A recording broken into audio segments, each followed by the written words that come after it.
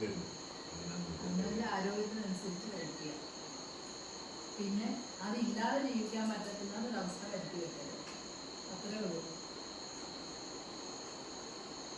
കൂട്ടുകൂടുന്നത് നല്ല ഇതൊക്കെ ചെയ്യുന്ന ഈ പ്രായത്തിലായാലും ചെയ്യും. പക്ഷേ നമ്മൾ അതിനോട് പറയണം കൺട്രോൾ, ഇതാണ് ബോർഡർ. പക്ഷെ അത് നമ്മളെ ഭരിക്കാൻ ഇട കൊടുക്കരുത്. അത്രേ ഞാൻ പറയുന്നത്. ഒരു അമ്മ എന്ന നിലയിൽ ഞാൻ പറയുന്നത്. ഈ പ്രായത്തിലുള്ള പിള്ളേരെ ഞാൻ കാണുന്നതാണ്. 7ാം ക്ലാസ്സിലെ പിള്ളേരും പോലെ നമ്മൾ സ്കൂളിൽ വെള്ളം ഒഴിക്കുന്നുണ്ട് കാണുന്ന ഞാൻ. ഇന്നിനാണ് അടുത്തത് അവനെ മീൻ പിടിക്കാൻ പോയിട്ട് അശ്വത്തിന് 1500 രൂപ എടുത്തു. ആ അമ്മ തലയ്ക്ക് ഒരു വക അവൻ കൊടുത്തില്ല. അവൻ്റെ അമ്മ അച്ഛനിട്ടേച്ച് പോയി. അമ്മ വേറെ കല്യാണം കഴിച്ച് അമ്മയും പോയി. എന്നിട്ട് അമ്മയെ നോക്കുന്നത് ഈ മീൻ വിട്ടിട്ട് 1500 രൂപ ഇട്ടിട്ട് അവൻ കൊടുത്തില്ല. വീട്ടിൽ മീൻ പിടിച്ച് ചൂണ്ടയൊക്കെ വെച്ചിട്ട് എന്നിട്ട് തലയ്ക്ക് ഒന്നും കൊടുത്തൊന്നുമില്ല. അമ്മ തലയ്ക്ക്. എന്നിട്ട്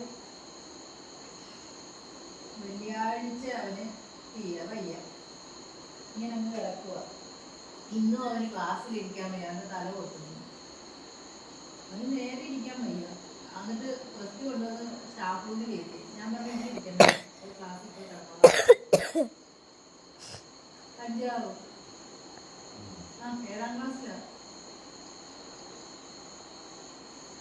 അവൻ്റെ അമ്മൂമ്മയെ വിളിച്ചിട്ട് ഇവിടെ രേവതിയുടെ ക്ലാസ്സിലെ രേവതി വന്ന് അസുഖത്തിന് തീരെ വയ്യ, അവന് തല കറങ്ങുന്ന അവന് ഇരിക്കാൻ വയ്യെന്ന് പറഞ്ഞു.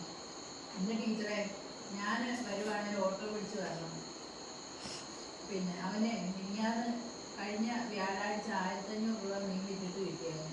മീൻ ചൂണ്ടയിട്ട് പിടിച്ച് വിറ്റിട്ട് അവന് കിട്ടി. അവൻ 5 പൈസ ഇവിടെ തന്നില്ല. ഞാനൊരു ഓട്ടോ പിടിച്ചിട്ട് വന്നാലും അവനിവിടെ കിടന്ന് ഉറങ്ങത്തേ ഉള്ളൂ. പിന്നെന്ത് വരുന്നു അവിടെ കിടക്കട്ടെ പറയുന്നു. എന്നുവെച്ചാൽ അത് കാണുന്നത് ഞാൻ. അതുകൊണ്ട് ഞാൻ പറയുക, ഈ പ്രായത്തിൽ ഇതൊക്കെ എല്ലാ ആമ്പിള്ളേരും ചെയ്യും. പക്ഷേ അതിനൊരു ലിമിറ്റ് വേണം.